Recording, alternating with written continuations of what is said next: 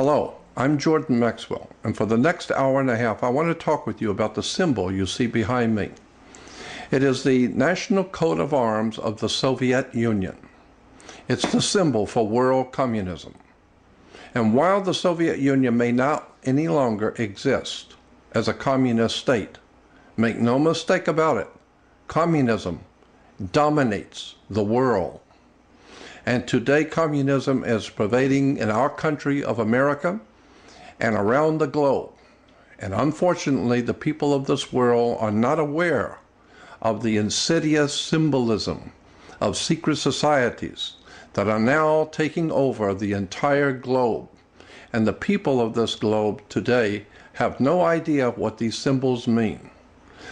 So it is my purpose to present as best I can the information about the lineage of this symbol, the history of this communist movement, and the symbol of the Soviet Union. America is now a world communist state. You need to understand the symbolism of world communism and where these symbols come from and the secret societies who are financing the overthrow of the United States government by a communist world power. Secret societies hidden behind world leaders.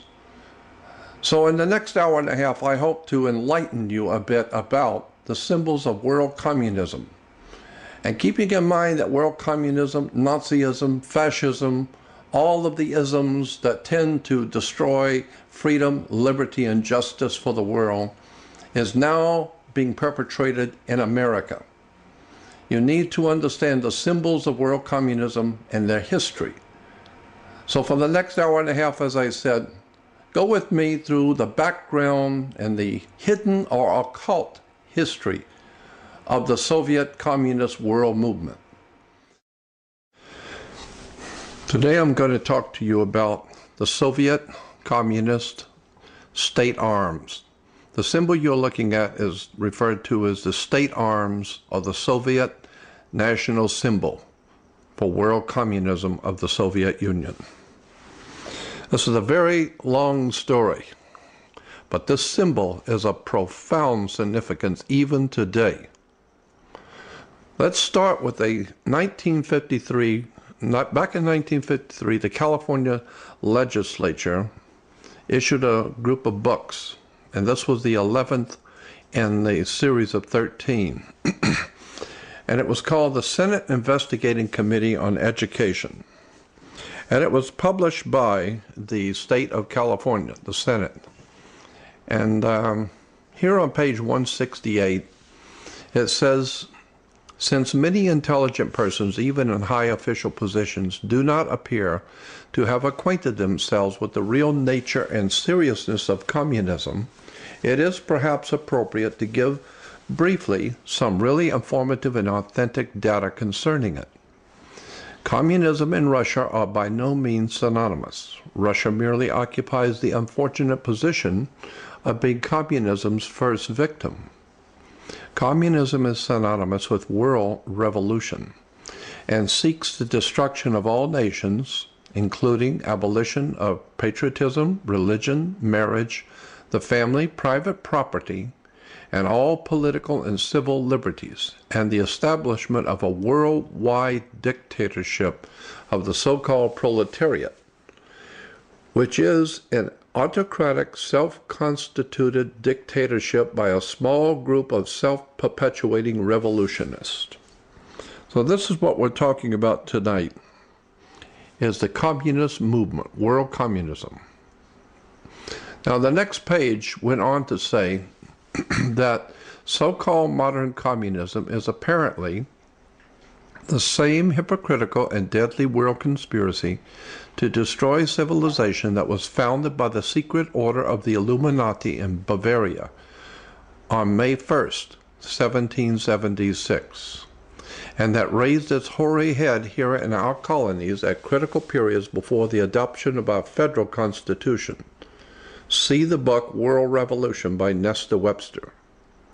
The World Revolution conspiracy appears to have been so well organized as to be ever continuing and ever on the alert to take advantage of every opportunity presenting itself or that the conspirators could create.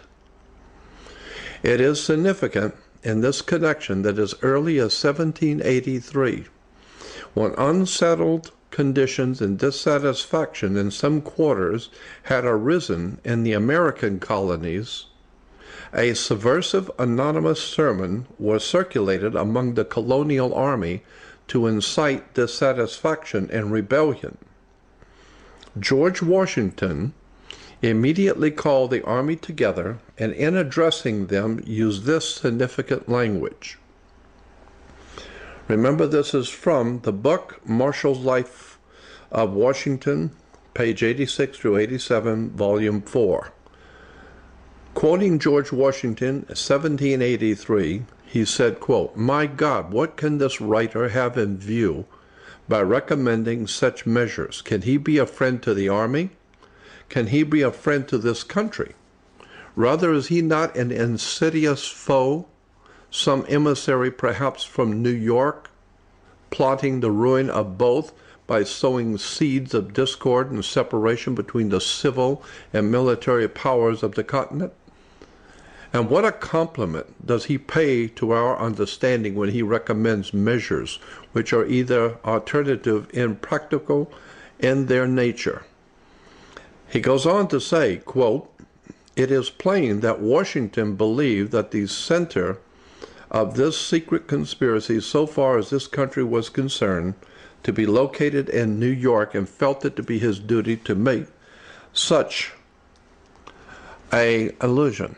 While the center of such conspiracy, so far as this country is concerned, has continued to use New York as its base, up to the present time it is very apparent that in recent times New York has held and is now holding the center of the stage for communist activities in this country." The recognition of May 1st, 1776 as the founding date of this world revolution conspiracy is not difficult to understand when it is realized that May Day is frequently celebrated, even in recent times, by rioting and bloodshed on a worldwide scale. This is an interesting paragraph.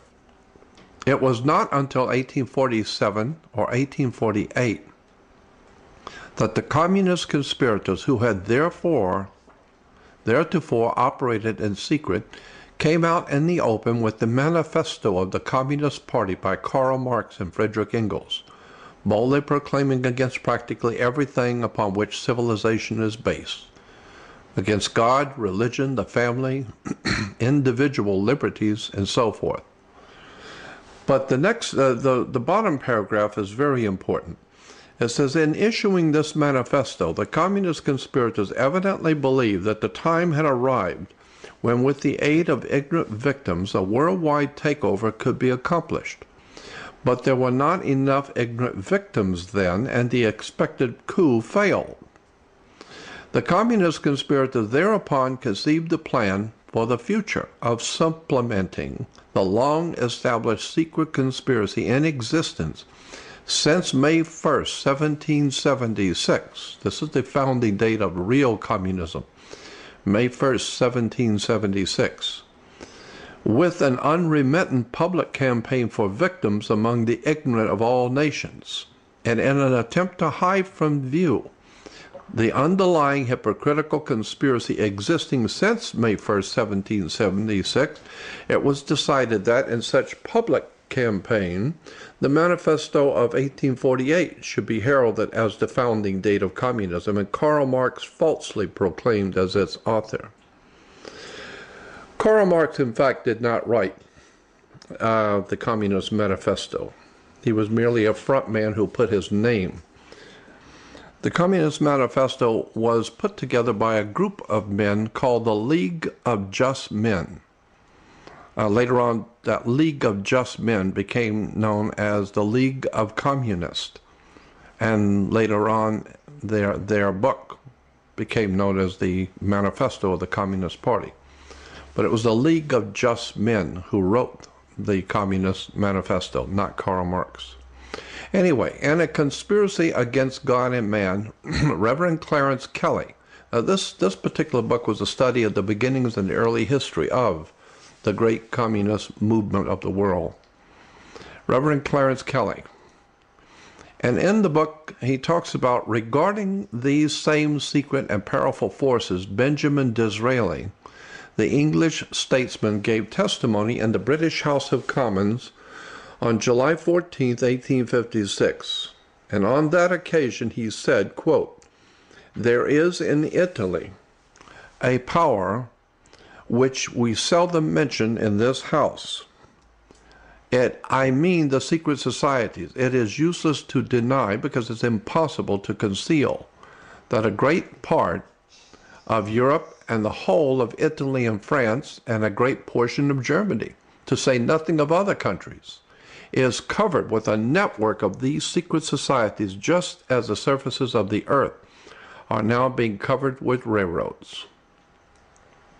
And 20 years later, on September 10, 1876, Benjamin Disraeli was moved to make the following statement, quote, "The governments of the present day have to deal not merely with other governments, with emperors, kings, and ministers, but also with the secret societies which have everywhere their unscrupulous agents and can at the last moment upset all the government's plans." Much of what this historian had to say is enlightening.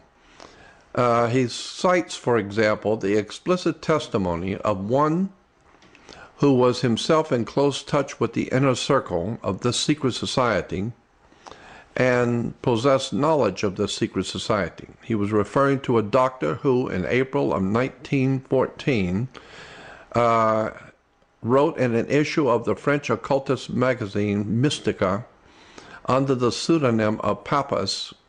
This doctor, member of this French occultist society, and wrote in the Mystica magazine, he said, quote, "Side by side with international politics of each state, there exist certain obscure organizations of international politics. These men that take part in these councils are not the professional politicians or the brilliantly dressed ambassadors, but certain unpretentious, unknown men, high financiers, who are superior to the vain, ephemeral politicians who imagine that they govern the world." Abraham Lincoln made an interesting quote also, and the book is quoting Abraham Lincoln.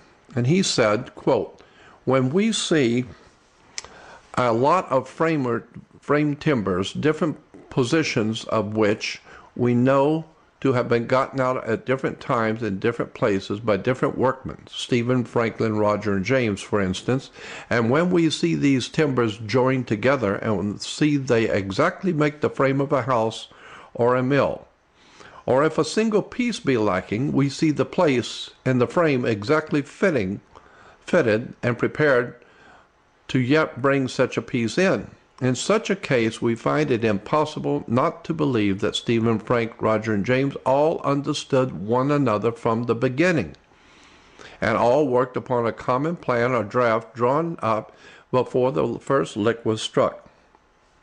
So here, Abraham Lincoln is giving the example of how you can see that there is an absolute conspiratorial apparatus being put into place. And he understood that.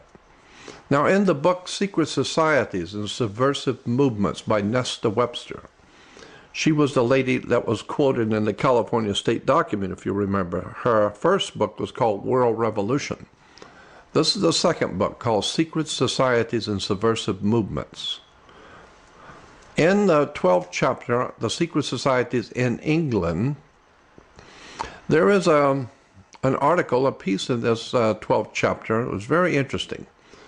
Nesta Webster, interviewed a lady who was a member of a secret society called Stella Matritina. Stella Matritina, a secret society, a quasi-Masonic secret society, I might add, in England, later became known as the Order of the Golden Dawn, with Aleister Crowley at the head of it. but before Crowley, it was called Stella Matritina. And so Nestor Webster is interviewing a lady who was a member of this Stella Matritina.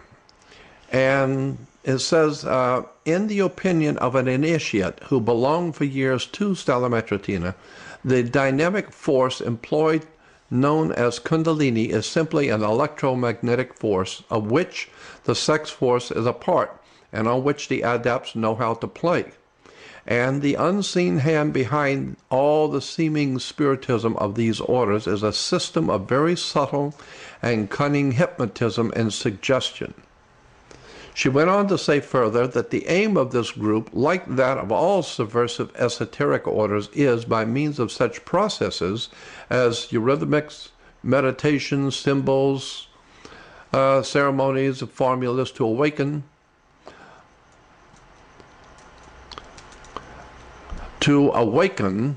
this force and produce false illumination for the purpose of obtaining spiritual seership, which is at most clairvoyance and clairaudience.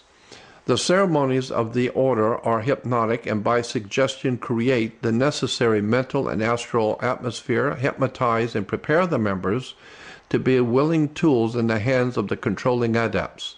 The same initiate has communicated to me the following conclusions concerning the group in question, with the permission to quote them verbatim.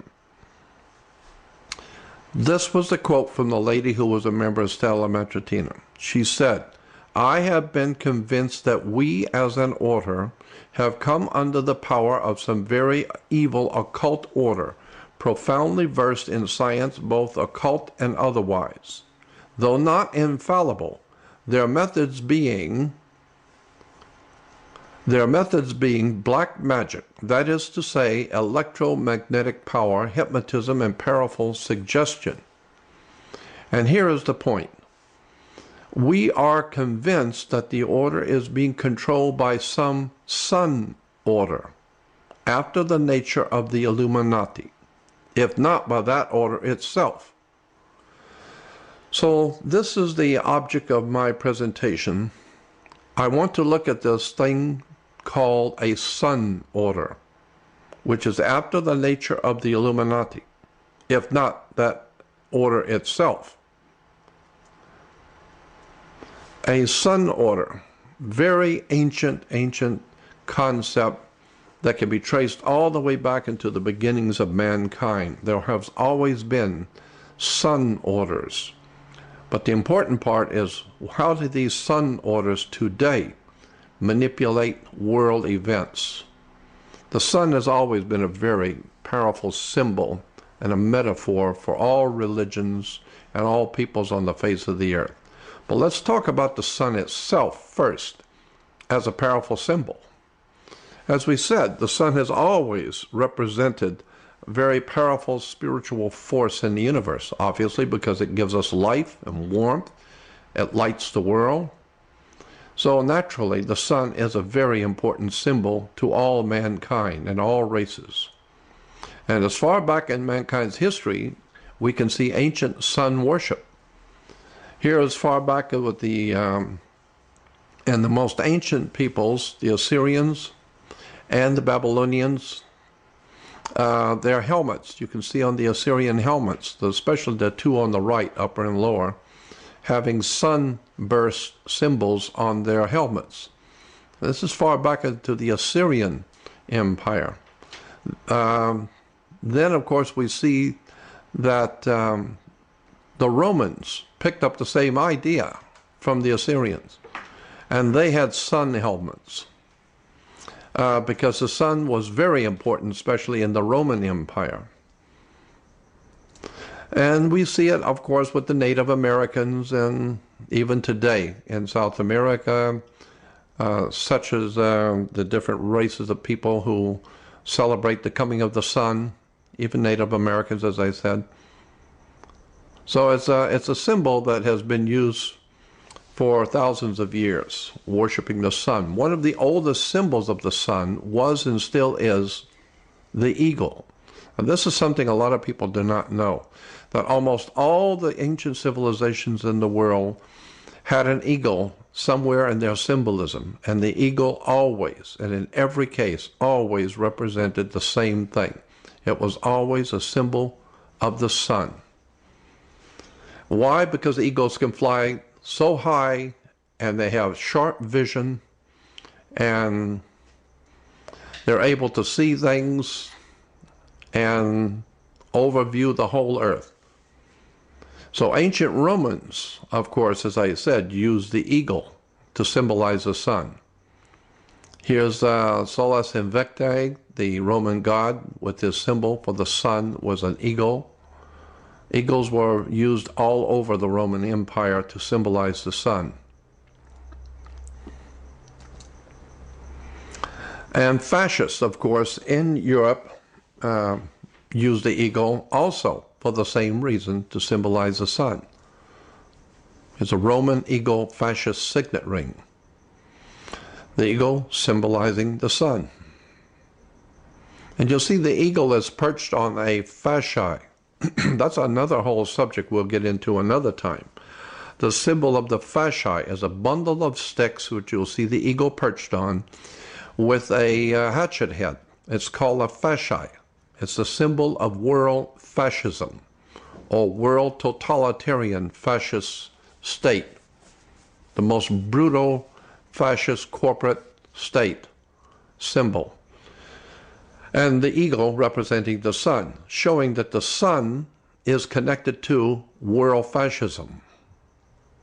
Here it is on a coin in 1849 in Rome, in Italy. You'll see the eagle perched on the Roman fasci. Here it is on an American quarter. American quarter, just like the Roman, because America is modern-day Rome. Now, Hitler and the Nazis also used eagles for the same reason, to symbolize the sun. You'll always see the eagle perched on the sun, and of course the swastika represented the sun and moving across the earth. As the sun rolled across the sky, that's why the legs of the cross were moving. It was walking across the sky. Sun symbols and eagles were one and the same thing in Nazi Germany.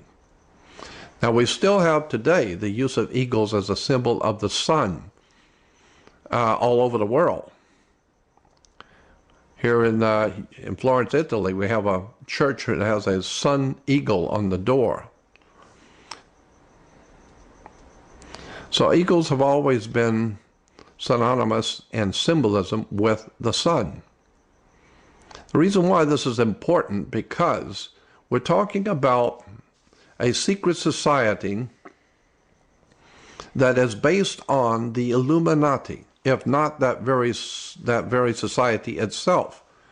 And the most important symbol of the Illuminati is the sun, because it brings light into the world. And as I said, it was always represented in the ancient world by an eagle.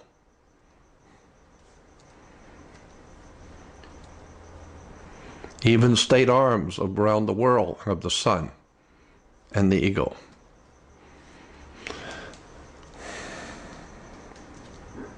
Now, here's the seal of the President of the United States. That's a very interesting symbol, and I don't want to get off my subject too much, but that symbol is very important. You will see in one talent the eagle is holding 13 arrows, and the other is 13 leaves. There are 13 berries, 13 stripes. Very interesting symbolism. And we'll talk about that in another time, because there's a whole world of knowledge of symbolism wrapped up in the presidential seal. But nonetheless, we're seeing an eagle. The eagle on the dollar bill. Eagles have only two wings, left wing and right wing. That's why we have in America the sun order that controls America's politics has two wings. They're called left wing and right wing. And obviously, the left wing and right wing has to be controlled by a brain in the middle. That's your hands, both left hand and right hand, is controlled by one brain in the middle. So is the left wing and right wing of American politics is controlled by the same mind. Both sides are controlled by the same people. All right, we have seen that the eagle is a symbol of the sun. The sun in its rising brings light, obviously, into the everyday world of mankind. So mankind has always waited for the sun to come up so that he could take control over the earth. At night, it was very dark and fearful for the ancient man. And so that's what the sun happily does for the earth. It chases away the darkness of night, and it illuminates the earth, and therefore it is a symbol for illumination of the mind. It illuminates. The sun is always, as I said, representing light, intellectual and spiritual enlightenment. So the sun is always symbolized not only the light for mankind to see his way through each day, but more importantly, the intellectual and spiritual enlightenment of the inner soul or the mind of mankind. So that's why we have newspapers who are supposedly there to enlighten us as to the news of the world, keeps you enlightened. And so many of the newspapers have the term sun. Always the symbol of the sun. Newspapers around the world, because the sun represents intellectual, spiritual enlightenment. You'd be surprised how many newspapers, magazines have the word sun and the symbol of the sun in them. So we see the same basic symbol used all over the world. The rising sun symbolizes spiritual and intellectual enlightenment. Here you'll see the rising sun behind the mountains, and that's a very important symbol we're going to get into now, that sun order, and it's symbol of the sun rising behind the mountains. That's a very important symbol, the sun rising behind two mountains. We'll tell you why in a few moments, but you'll see it everywhere. Even this dollar bill, as far back as 2005, but this is a very old silver dollar, and the name of the silver dollar is Liberty Marching Toward the Dawn of a New Day. Here it is in Russian, Soviet. Even Obama uses it. There's a good reason why he uses it. It's a Soviet communist symbol. And we see the symbolism generally picked up around the world and used in, in commercial and corporations, etc. Even the shell sign features the sunrise on the shell sign. Here's a new stamp in America. You'll see the two pyramids of the two mountains and the inverted triangle, which is the sun rising between the two mountains. This is a very fascist Nazi architect. This is very fascist, and you'll see the fascist Nazi eagle that was popular in Germany under Adolf Hitler and the Nazis is now on an American stamp, and he is perched on a fasci, a bundle of sticks. Very impressive National Socialist symbolism in America. Nazism, fascism, the eagle, the sunrise between two mountains, all of this is replete in America, everywhere. And in churches and religions in general, you'll see suns behind the mountain. And this is a whole subject that we'll get into another time, because this is a very big subject about how the church uses the sun rise behind the mountains. There's a very good reason why, and we'll get into that another time. But just to show how this symbolism is used in politics, in corporations, religion, churches. Even the sunrise Torah symbol. The Jews use the sun rising over Jerusalem all the time. That's a very important symbol. Here we have sunrise in Jerusalem. There's a reason why the sunrise is important, because it's a symbol of the Illuminati, the illumination of the world by the illuminated minds. And of course, Charles Taze Russell, when he founded the International Bible Students Association back in the 1868, Zion's Watchtower today is known as Jehovah's Witnesses. That was a Illuminati Zionist movement as far back as 1868, and the sunrise was used profusely in the old watchtowers. Now, the rising of the morning sun is called the dawn, so when the spiritual or intellectual enlightenment comes into your heart or mind, we say things like, oh, it just dawned on me. Why do we say that? Oh, yes, it just dawned on me. That's what the sun does. It dawns. The dawn is it says here, the rising sun is a symbol of hope and a new beginning. The dawn. It's the Christian concept. And if you go on the web to Google and put in Christian New Dawn, you will see hundreds and hundreds of churches and church groups and Christian groups going by the name of Christian New Dawn, the New Dawn movements. Easter celebrates the new dawn of Christ brought into the world. Christian singers, the New Dawn singers. Here's Christian churches, the New Dawn Christian Church. So here's a picture of a Christian celebration, and you'll see on the backdrop, you'll see the crosses, and then you'll see in the middle the mountains with the sun rising on the new dawn. Most Christians have no idea in the world the significance of these symbols, have no concept in the world about what they're being led into. And of course, with this new dawn, we get into something called the new day, obviously. Christian symbolism still. And don't forget about the Jewish Kabbalah. The Jews also have the same symbol. That's what Christians have gotten it from. It's from the old ancient Jewish religion. In the book 9.5 Mystics, the Kabbalah Today, on the 9th chapter is called The Fragrance of Eden, the way of one who is caught between the suns of a dying and dawning day. So this is a very important Jewish symbol also in synagogues, the sun rising for the new dawn.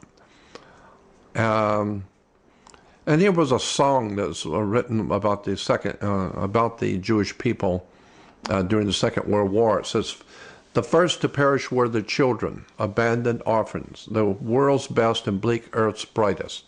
These children might have been our comfort for these sad, mute, bleak faces. Our new dawn might have arisen." So this whole idea of the coming of the Messiah, according to ancient Jerusalem and ancient Jewish teachings, has nothing to do, in fact, with a man coming to save the world. In Judaism, the Messiah is actually a messianic period of time. And of course, the second paragraph talking about this red heifer, silly nonsense about a red heifer or a red bull that was born in Israel. This goes back to the worship of Taurus, the bull, and the constellation, when the sun was in the constellation of Taurus. This is why Moses then the Israelites were worshiping a golden calf. The golden calf was the sun, which is golden, and the calf, which is a Taurus, the bull, the constellation of Taurus. That's a whole subject we'll get into also. But even today, they're talking about a red heifer born in Israel.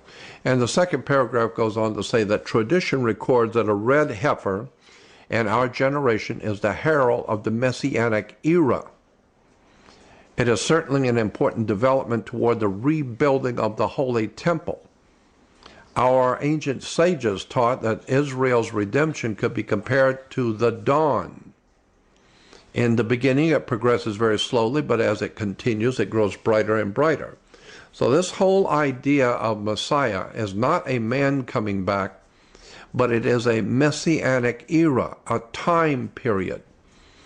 And this time period is when the rebuilding of the Holy Temple, and this whole idea and concept of rebuilding the Holy Temple is a Masonic idea.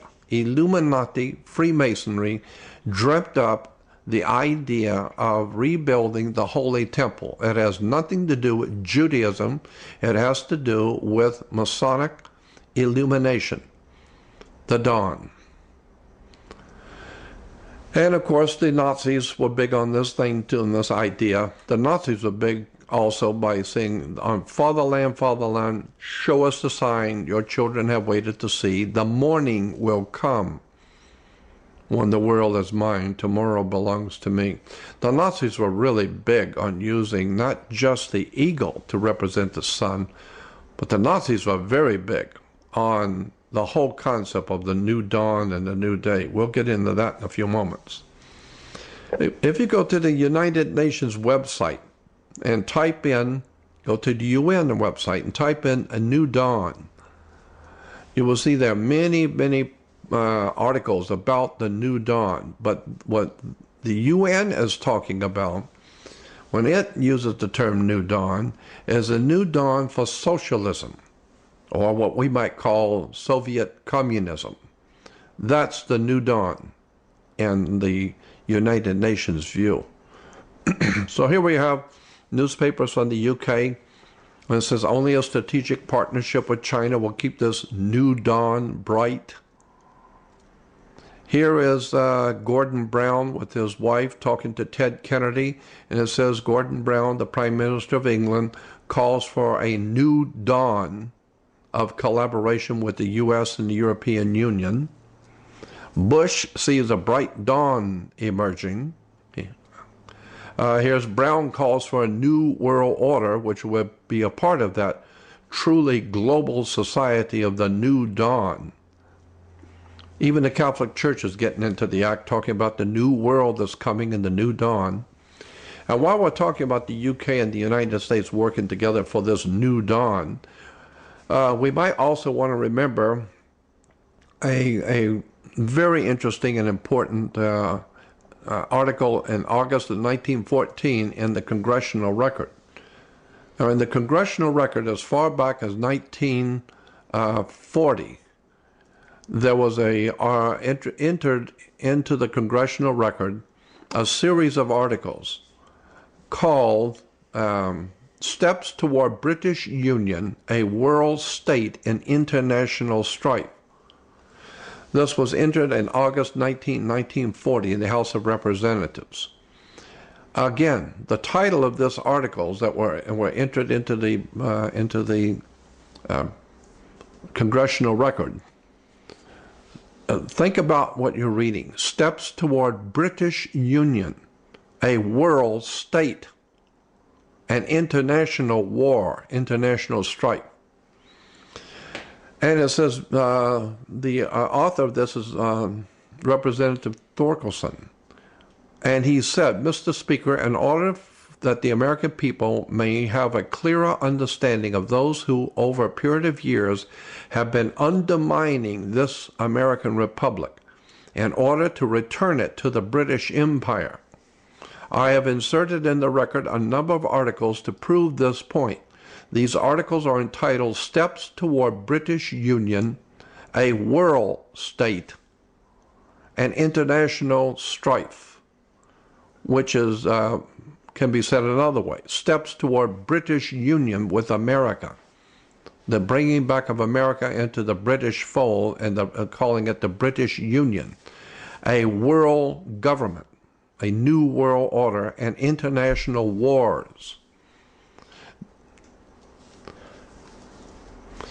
It goes on to say, this is part one, and in this I include a hope expressed by Mr. Andrew Carnegie in his book, Triumph Democracy, and in this he expressed himself in this manner. Andrew Carnegie saying, this is back in 1939-40, Andrew Carnegie said, "Let men say what they will. I say that as sure as the sun in the heavens once shone upon Britain and America united, so surely it is one morning to arise, to shine upon and greet again the reuniting of states of the British-American Union." Well, you need to remember who the great enemy of Americans were in the Revolutionary War. It was a murderous, bloodletting war for freedom, not against the Arab nations, it was against the British. And so here the Illuminati are planning to reunite America with the British in a new world order. Over here on page 13, and the middle paragraph is very interesting. It says, "Let me call your attention." This is the congressman writing this. And he says, "Let me call your attention to the fact that on the reverse of the Great Seal of the United States, which appears on our dollar bills, you will find the exact symbol of the British Israel World Federation movement." Now, this is very important. I'm going to go back over this. It said, "Let me call your attention to the fact that on the reverse of the Great Seal of the United States, which appears on our dollar bills, you will find the exact symbol of the British Israel World Federation movement. This symbol is also carried on the literature of other organizations promoting a world government and a world religion. At the bottom of the circle surrounding the pyramid, you will find the wording Novus Ordo Seclorum. It was this new order that was advocated by Clinton Roosevelt several hundred years ago, and recently in the book called Philip Drew, and now followed by the executive. He says, "Do you not think as good American people that the administration has gone far from constitutional government when there is inscribed a symbol on the reverse of our Great Seal that advocates a new order? An order which means the destruction of our republic as formulated in the Constitution of the United States?" Well, when we're talking about a revolution to overthrow the United States, we can't forget Cecil Rhodes, a British statesman and empire builder. And in his last, he had many different wills because he was a very wealthy man. Cecil Rhodes was a British statesman and empire builder. He died in 1902. In his first 5 wills, he had many wills, very wealthy man. In the first 5 wills, repeatedly called for, he wished to have, quote, a secret society, the true aim and object whereof shall be the extension of British rule throughout the world, end quote. And eventually, quote, the ultimate recovery of the United States of America. So Cecil Rhodes left money to finance a secret society, the true aim and object whereof shall be the extension of British rule throughout the world, and eventually the ultimate recovery of the United States of America.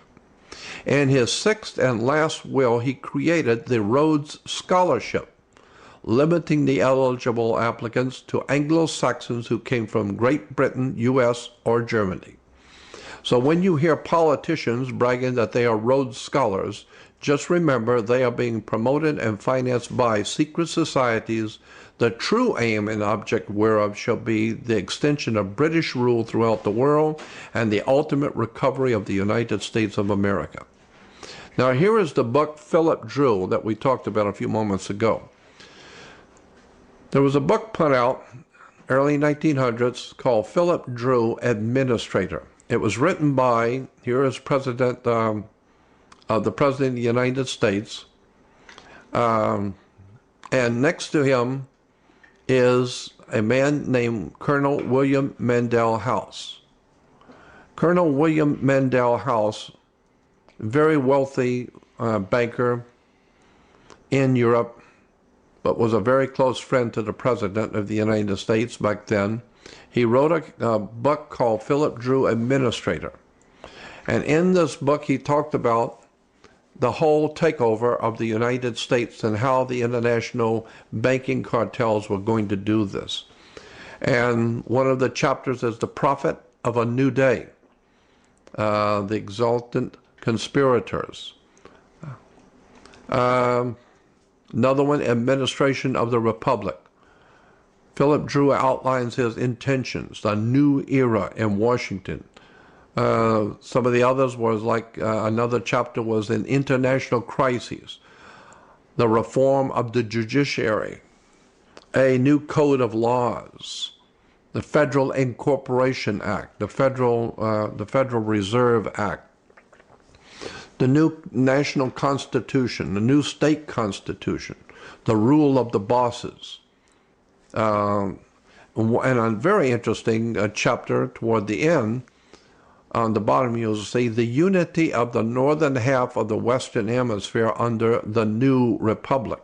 Well, that's what we had under Bush, the destruction of the United States as a sovereign power, connecting the United States now with Canada and Mexico.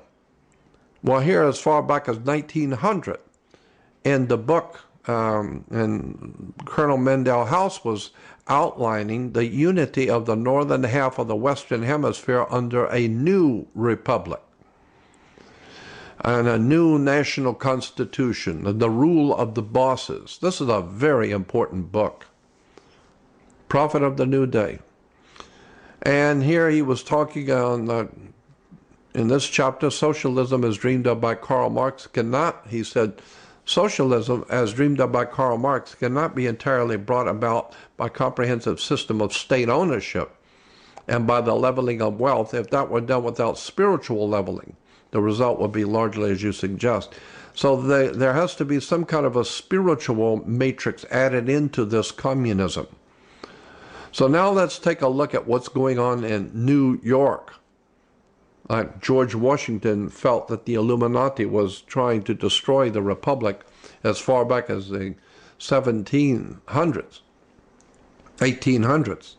And so the question is, what's going on in New York, the Empire State? But first remember the earlier quote in Secret Societies about a sun order. Nestor Webster talked about, the lady said, I have been convinced that we as an order have come under the power of some very evil occult order, profoundly versed in science, both occult and otherwise, though not infallible, their methods being black magic. And then she concludes by saying, we are convinced that the order, this is Stella Matritina, or the Order of Golden Dawn.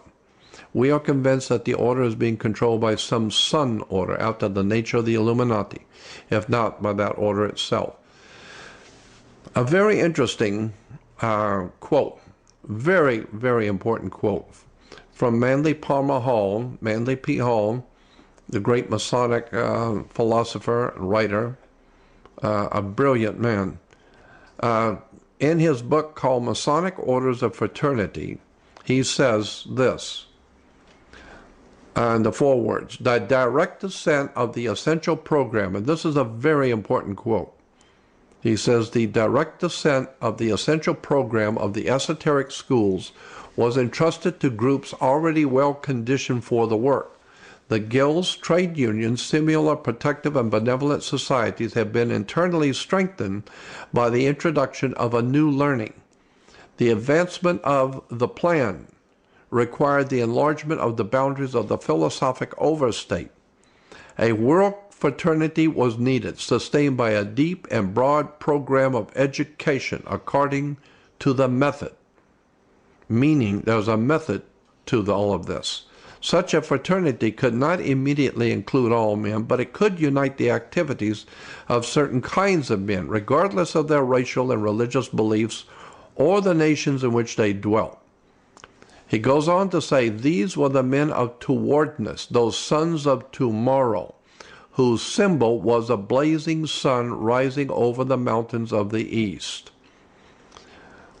That's a very important point. These were the men of towardness, those sons of tomorrow whose symbol was the blazing sun rising over the mountains of the east. He goes on to say, while it is difficult to trace the elements of a pattern never intended to be obvious, but the broad shape of the design is dimly apparent, an invisible empire in the Empire State, New York. So this invisible empire is using the symbol of the blazing sun rising over the mountains of the east. You will see the blazing sun rising over the mountains of the east, and these were men of towardness, going back to old ancient England. Here we have the right noble and most towardly young prince, Prince Charles, Duke of York. And when the Duke of York in England, when that whole monstrosity moved into America, to bring the secret society of England into America, it came through New York, the Empire State. And why is the New York the Empire State? Well, U.S. President George Bush delivered a nationally televised speech in which he threatened the use of force to remove Iraq soldiers from Kuwait, and which Iraq had recently invaded. He mentions the term New World Order in this speech for the first time. It was also named Towards a New World Order. So this is what the men of tomorrow, those men of tomorrow, are working towards, a new world order. And here we see Bush working with Gorbachev, planning a new world order. Even our Strategic Studies Institute for the United States Army War College, this is the United States Army War College, published by the Strategic Studies Institute, in which this publication, The World in 2010, a New Order of Nations, showing how the world is being carved up, and the Strategic Studies Institute of the United States Army War College is a part of it. They're telling you that your very country is dividing up the world. A world which you're going to see, we will see in 2010, a complete new order of nations. But as far back as 1940, military generals were writing about America and the coming new world order. I like what Roosevelt said. There's a quote in Washington, D.C. at the Roosevelt Memorial. It says, "They who seek to establish systems of government based on the regimentation of all human beings by a handful of individual rulers call this a new order. It is not new, and it is not order." Going back to the California Senate report back in 1953, again, we here at the bottom, I'll call your attention to that bottom sentences, says, "It is plain that Washington believed the center of the secret conspiracy so far as this country was concerned to be located in New York." New York, the Empire State. This is where all of the fascist, Nazi, communistic dirt of the world is being drummed up against the American Republic. New York is the home of subversion for the world. Something needs to be done about the secret societies and the criminal associations operating in the media, television, motion pictures, operating from the home office of New York, the Empire State. Why is New York called the Empire State? Well, it's because of part of the representing the British Empire. It's called the Commonwealth, British Commonwealth of Nations, or the British Empire. Caesar of Rome, when the Caesars of Rome went into Britannia, their seat of operations, their seat of government for Rome in Britannia was in the city of York, England. So now we've got the Vatican backing the British monarchy and coming into in York, England, but now we have it moving into America and to New York, the Empire State. Back to Cecil Rhodes, of course. He was the man who was finance the setting up of a secret society to overthrow the United States government. And we remember his will. Well, this is what was being promoted. Now we need to look at James Billington's book, probably one of the most important books you're ever going to find, and you can still find it today, and you need to get this book and read it. This, I believe, is one of the most important books on this subject you can find anywhere. James Billington's book is called The Fire in the Minds of Men. James Billington is one of the most phenomenally interesting writers you will ever pick up a book.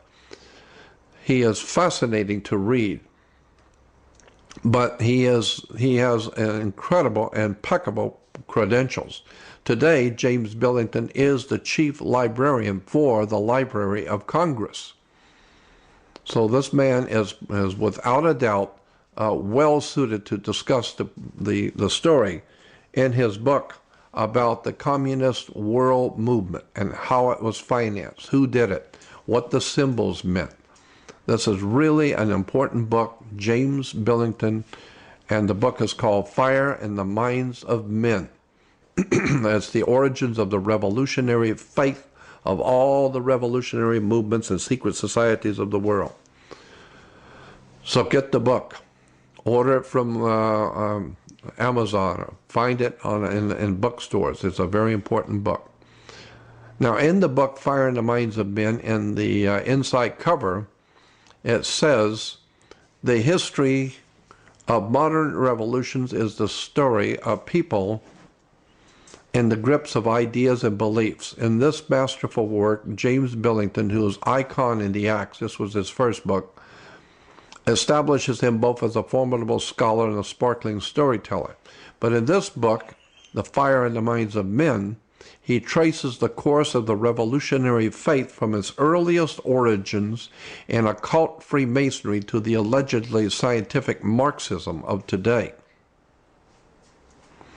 Now, in the introduction is a profound paragraph in Fire in the Minds of Men. James Billington says in the introduction, a recurrent mythic model for revolutionaries, early romantics and young Karl Marx, and the Russians of Lenin's time, was Prometheus, who stole fire from the gods for the use of mankind.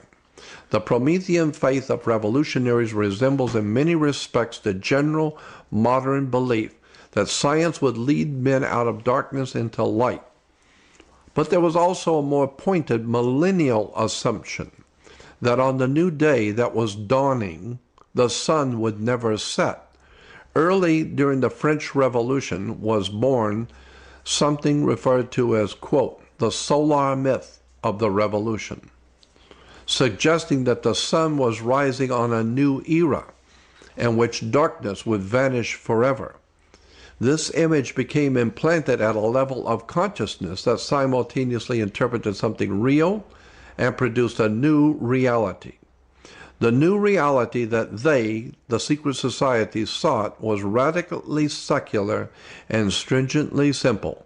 The idea was not the balanced complexity of the new American Federation, but the occult simplicity of its great seal, an all-seeing eye atop the pyramid over the words Novus Ordo Seclorum.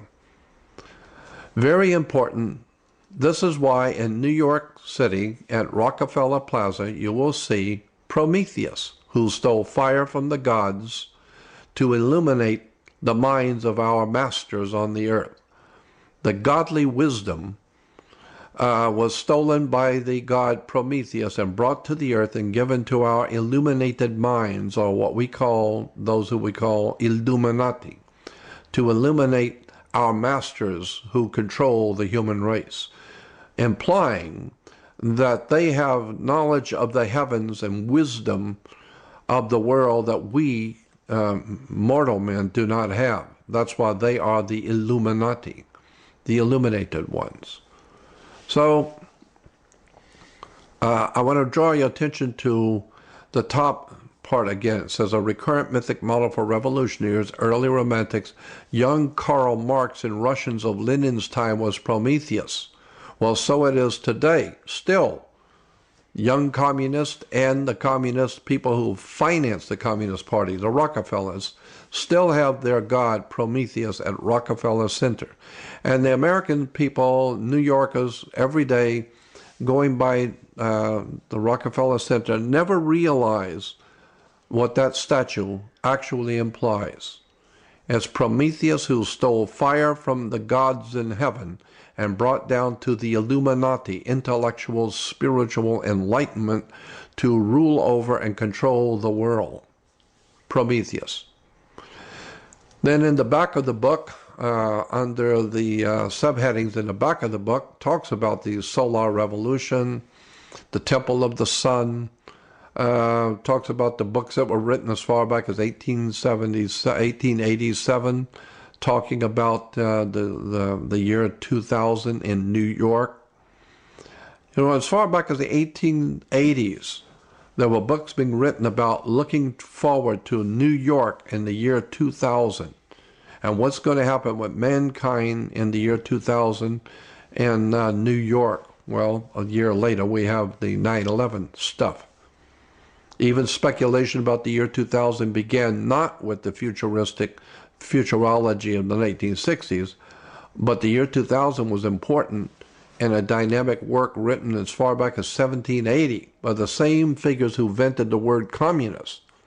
So the very secret societies out of New York and Europe who were developing what we call communism as far back as 1780s, you know, George Washington knew about them, called the League of Just Men. And they were writing about what was going to be happening in America in the year 2000 in New York. So the sun again, we go back to this concept of the new day that was dawning. The sun would never set. And of course, we go back to Manly P. Hall, who said that that sun was a symbol for the blazing sun rising over the mountains of the east, was the symbol for this secret society. Well, as I said, it's a communist symbol of the secret societies, and we see the sun rising behind the mountains of the east. Again, we're talking about this sun order. And you see it in Romania, in Mongolia, in Armenia, State Seal of Santa Barbara, in Arizona, Illinois. We can go on for hours on this stuff. Montana, Nevada, Ohio, California Insurance, New York. Here's the city of New York seal with the sun rising behind the mountains of the east. Obama's sun behind the mountains, rising behind the mountains. Now, there's a very important book that cannot be found today. It's a very, very good book, and I've got 2 copies of it. You can hardly find this book, and if you do, it's going to be extremely expensive. But it was a brilliantly put together book on flags throughout the ages and across the world. And in this, on page 130, you'll see the symbol for the Soviet Union, Soviet Communist Party. And here again, as we stated at the very beginning, is the focal point of this whole presentation. This is the state arms for the old Soviet Communist Empire. But you will see the sun rising over the earth, coming up onto the earth. And it says on the right-hand side, it says the Soviet, which we're talking about Soviet communism. The Soviet coat of arms graphically presents, there it is again, the dawn of a new day for the entire world. So this is a very important symbol for world communism, is the dawning of a new day for the entire world. Keep that in mind. And you'll see it in different states, different communist states, the rising sun, the symbol of a new dawn for the country. Symbols in Bolivia, you'll see it in Liberia, the sun rising, and it says the sun which heralds the new day, communist symbol in Liberia. In Cuba, the sun rising. You'll see it in state arms Costa Rica. Here it is, as I told you before, this is the Mongolia. And it says, the horseman racing into the sun, rising behind the mountains of the east. The horseman racing into the sun, which golden rays betoken prosperity, stands for the nation's advance toward communism. So there is a rising sun behind the mountains of the east, the symbol for the Illuminati bringing to the world communism. People all over the world are being sucked into this and have no idea in the world that all of this stuff around the world is connected by secret societies operating out of New York and London. Here's Romania. And in the Romanian symbol, you'll see on the bottom, the rising sun expresses the promise of a new day when the sun is rising on the communist regime in Romania. And Russia. Again, even Soviet symbolism everywhere. Now we have something with the sun rising, but there's something now, a new faction of this is called the Red Dawn. Of course, red was a symbol of communism, and communists were referred to in the West as Reds.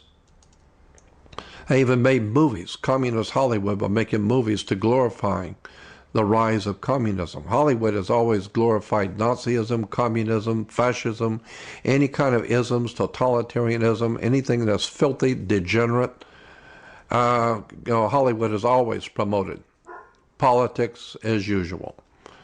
They had a movie called Red Dawn. Yes, there was a Red Dawn, even for Malawi. A red sun, and it says, of course, red being communist, and the dawn is the symbol for the Illuminati. The sun to symbolize the dawning of a new day for Africa, and it was a new day for Africa. And Malawi was filled, once the communists took over, filled with bloodshed, blacks killing blacks, just massive murders of people. Then for Angola, you'll see the red dawn. It represents the rising sun. Another Soviet symbol. You'll see the red dawn and used in Soviet communist symbols everywhere. Even in communist China, the sunrise is red. And the Federation of Women Workers, you'll see in the background, is in England, the red dawn. Today, even Israel uses the watchtower symbolizing the Knights Templar Masonic Lodge, the Knights Templar Masonic movement of Europe. Their symbol is a watchtower, and behind it you'll see the red dawn, and of course the eagle's wings. Back to that mountain sunrise for a moment. That mountain sunrise, as Manly P. Hall said, was a blazing sun rising over the mountains of the east. You'll see that sunrise in buildings, like in New York, the Empire State Building is a set of sunrises. Inside, when you walk inside, you'll see the sun at the top emanating from the top of the Empire State Building. This is an interesting quote talking about the Rockefeller Center. This is taken from a book written by David Rockefeller, and it's called Memoirs by David Rockefeller. And in it, he said this, in his book, Memoirs, quote, "For more than a century, ideological extremists at either end of the political spectrum, have seized upon well-publicized incidents to attack the Rockefeller family. For inordinate influence they claim we wield over American and political economic institutions. Some even believe that we're part of a secret cabal working against the best interest of the United States.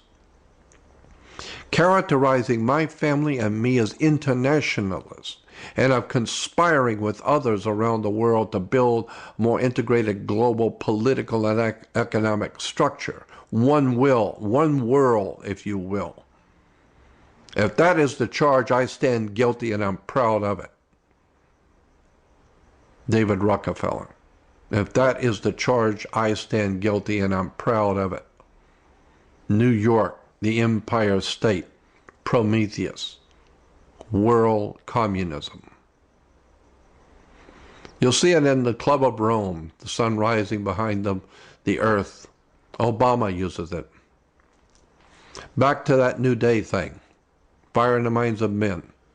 The whole revolutionary New Day dawning.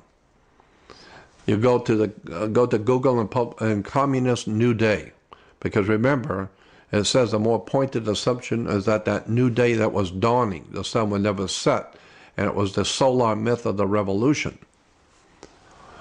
So, go to Google, put in Communist New Day, and you'll see there's all kinds of articles about the Communist New Day. Here's one in particular, and at the bottom it says, the red covering all over the USSR shows how much the world was under the leadership and control of the Communist Party. The morning sun, we're reading from the bottom, the morning sun bathes the hopeful gaze of the students and teachers with the warm light of the Communist New Day. Again, there's that term, Communist New Day. That's the dawn of a new day for world communism. Very important term, dawn of the new day for the entire world under Soviet communism.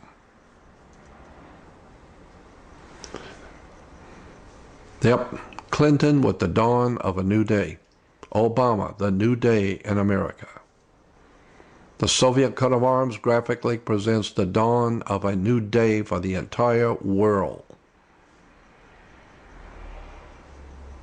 Does this tell you something about where America is today and where it's going? Dawn of a new day in America.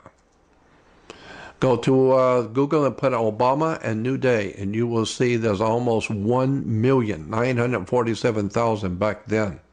Almost 1 million entries on the web talking about Obama bringing the dawn of a new day. It's everywhere. Barack Obama's dawn of a new day for America. A new day dawns for our country.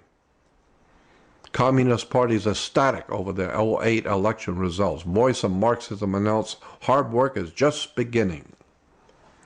Obama in Berlin, a new day and a new hope. Barack Obama, a new day is dawning. I don't know if you're getting the point of where we're going and who we are today in America. But we are a full-blown communist, Marxist, Leninist state. Again, go to the web and put in Obama New Day Dawning. See how many hundreds of thousands of articles are written around the world on the new day that's dawning. The Soviet Communist Marxist New Day for America. And here's an article that says, as an activist dedicated to the participatory democracy, I am thrilled that tens of millions of voters and tens of thousands of volunteers have participated in this democratic nomination and breathed new life into our democracy. The People's Democratic Republic of Cuba, the People's Democratic Republic of Romania, this great democratic republic. I have great respect, it goes on to say, I have great respect for our presidential candidates, particularly Senator Hillary Clinton, who has proved herself to be a champion of the working families. We are at the dawn of a new day and a new generation of leadership in America. Boy, we certainly are. The dawn of a new day of world communism. And here's Pete Seeger and Bruce Springsteen singing about the coming of the new day, having no idea in the world what they're talking about. Yeah, the Carpenters Union, they're celebrating the dawn of a new day. Our new day dawns. Even now their music being financed by Oprah is financing the new music albums for Obama. And it's going to be called It's a New Day. New Day Films in Hollywood. We're seeing this whole concept of brand new day, which represents the Illuminati communism for the whole world. And even this goofball, John McCain. John McCain said, those of us that made us the Reagan Revolution, that brought about a new dawn of a new day in America. There's McCain using the same old communist terms. But you say, well, he was a conservative. Well, that's right. Conservatives were Nazis. So here's even a Nazi using the new dawn of a new day. But that's only reasonable because here in New York, the 1939 World Fair, and at the World's Fair in New York in 1839, it was hailed as the dawn of a new day. The sun, see the sun through the gray, it's the dawn of a new day. So as far back as 1939, New York World's Fair promoting the dawn of a new day.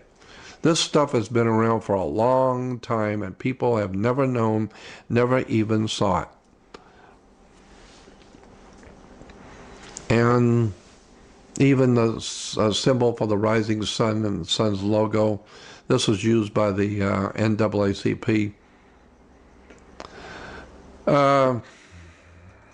More and more, even Las Vegas now is now having shows in Las Vegas called the New Day.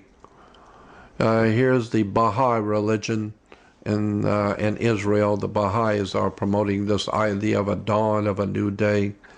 This is the Bible, daily Bible studies, dawn of a new day. This communist crap is all over the earth, in churches, religions, entertainment, movies, music. The whole entire world is buying into the secret societies of the Illuminati, who are bringing about the dawn of a new day, which is actually world communism.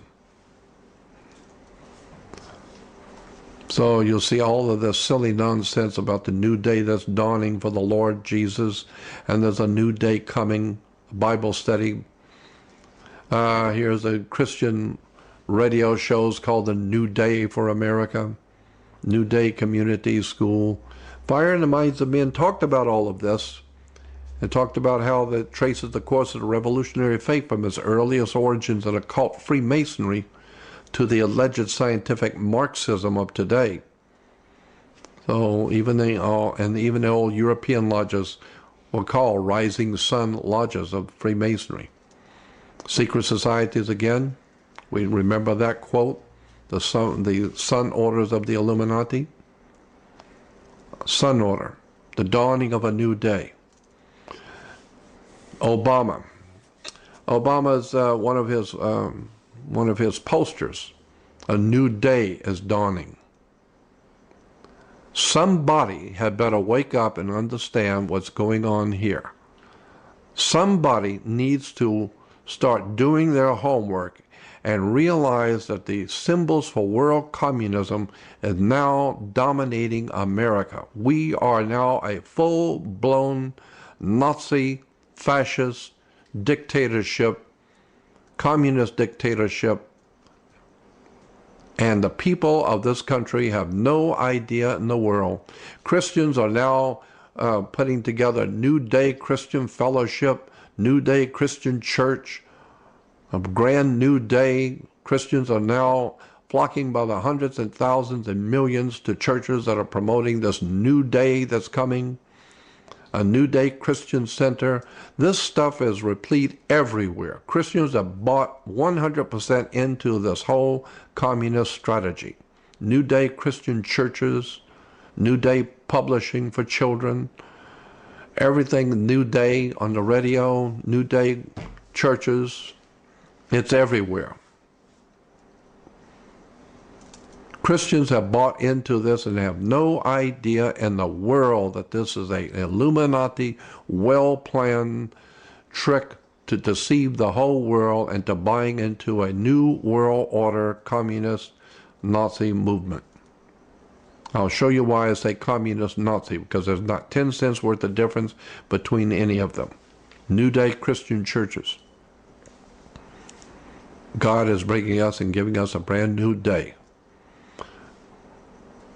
It's really very sickening to see how gullible and ignorant and ill-informed the Christian world has been sucked into the new day that's dawning, which is nothing more than the old communist world takeover. And here, of course, we have Americans that are praising and thanking God for the new day. Obama. Americans just love. They love the idea. There are even tears in their eyes supporting the communist takeover of the United States and of the world.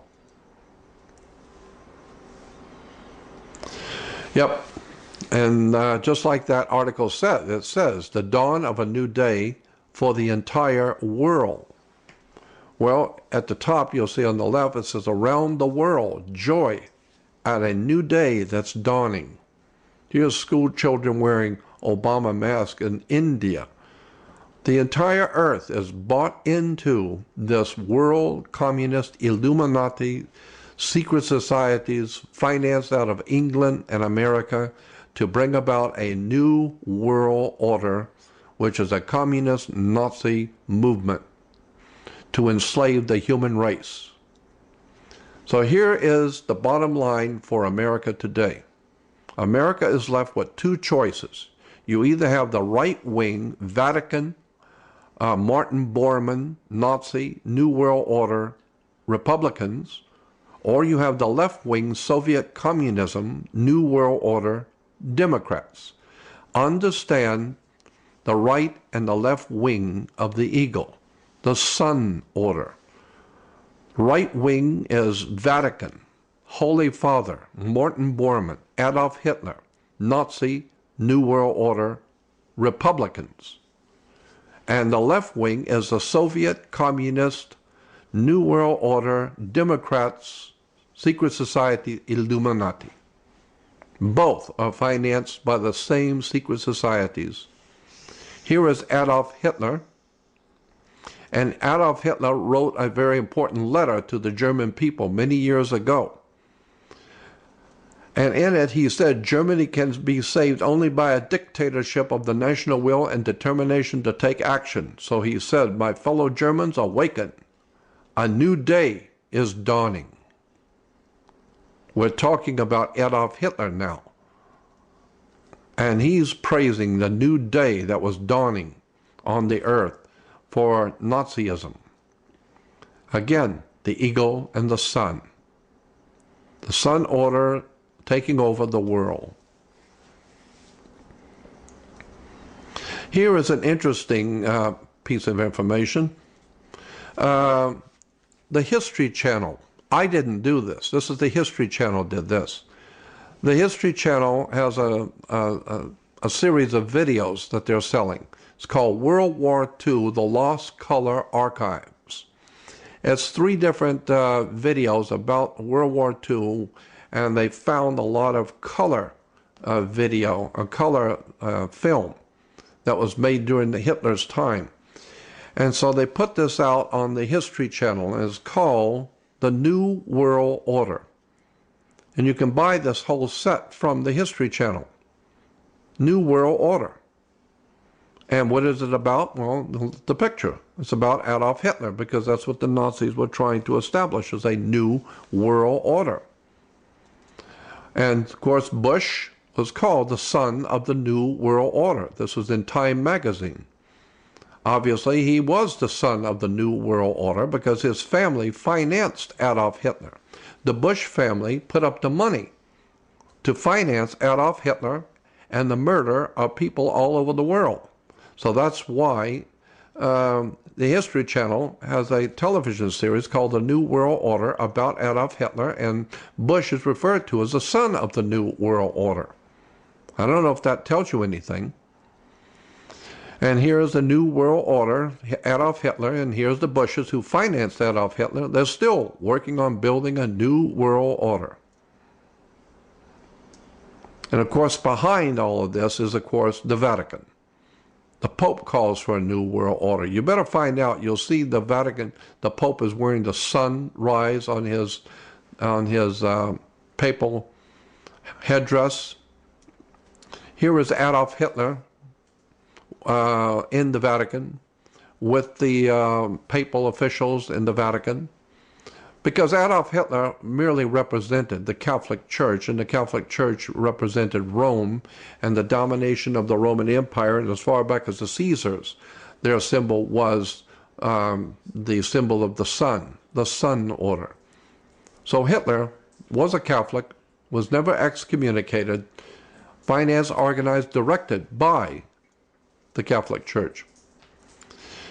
So you just keep continuing to send money to the Holy Father, and one day you're going to wake up and find out what the Catholic Church was really all about.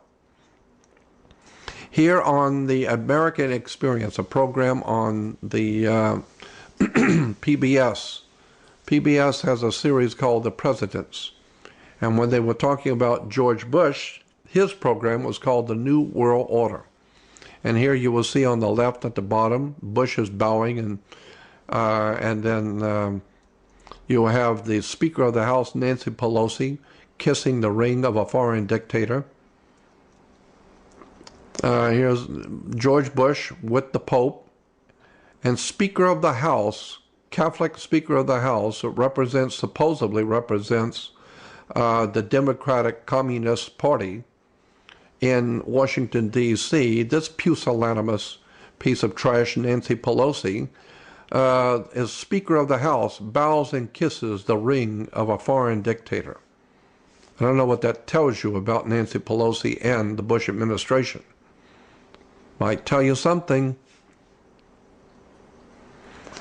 And Condoleezza Rice, grinning like a Chessy cat, is so pleased to see her bowing and kissing the ring of a foreign dictator.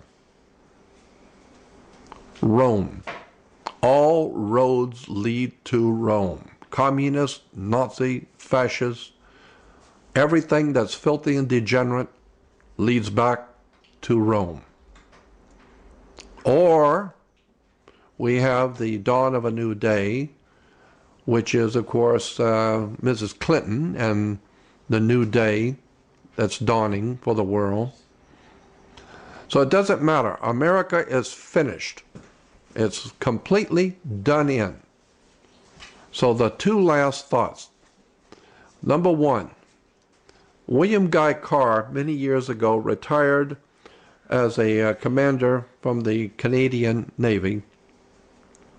He wrote a book back in the 1950s, in the early 50s. He wrote a book, William Guy Carr, retired Royal Canadian Navy, wrote a book called Pawns in the Game. I had this book in 1959.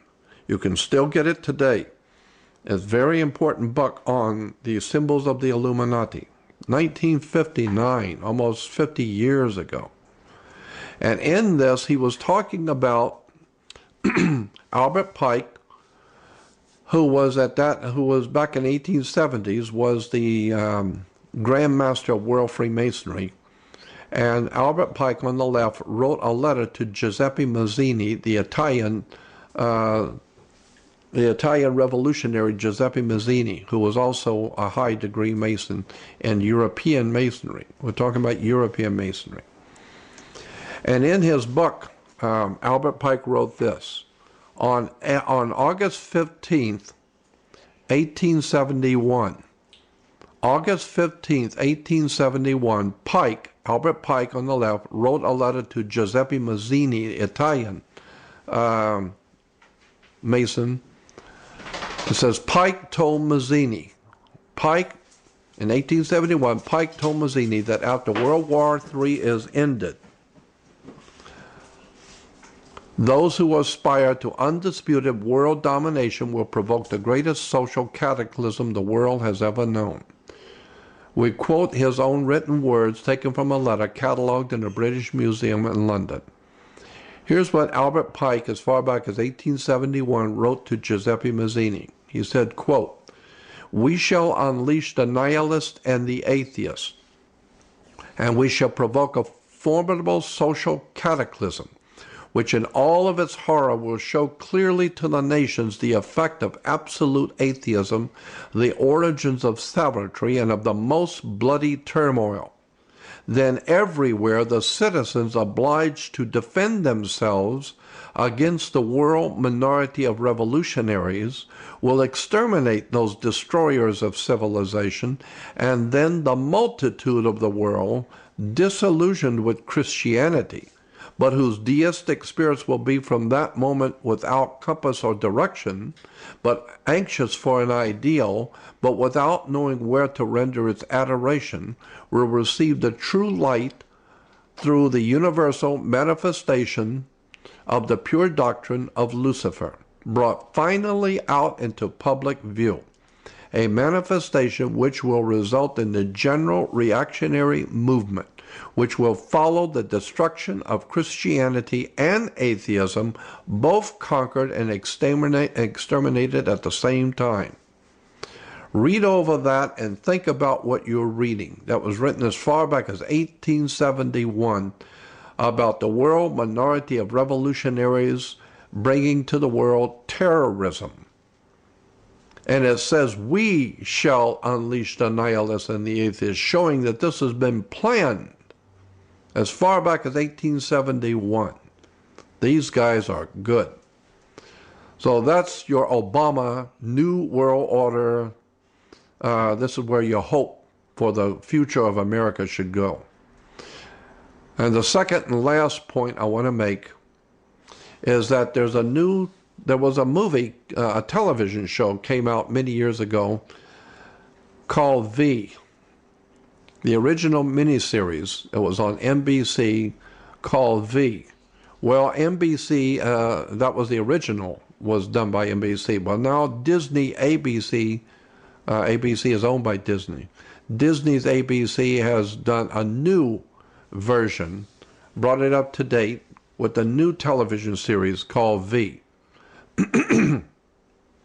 And in the new television series V, the aliens hand out a tract in the movie, and it's talking about what the aliens are going to do as they take over the whole world.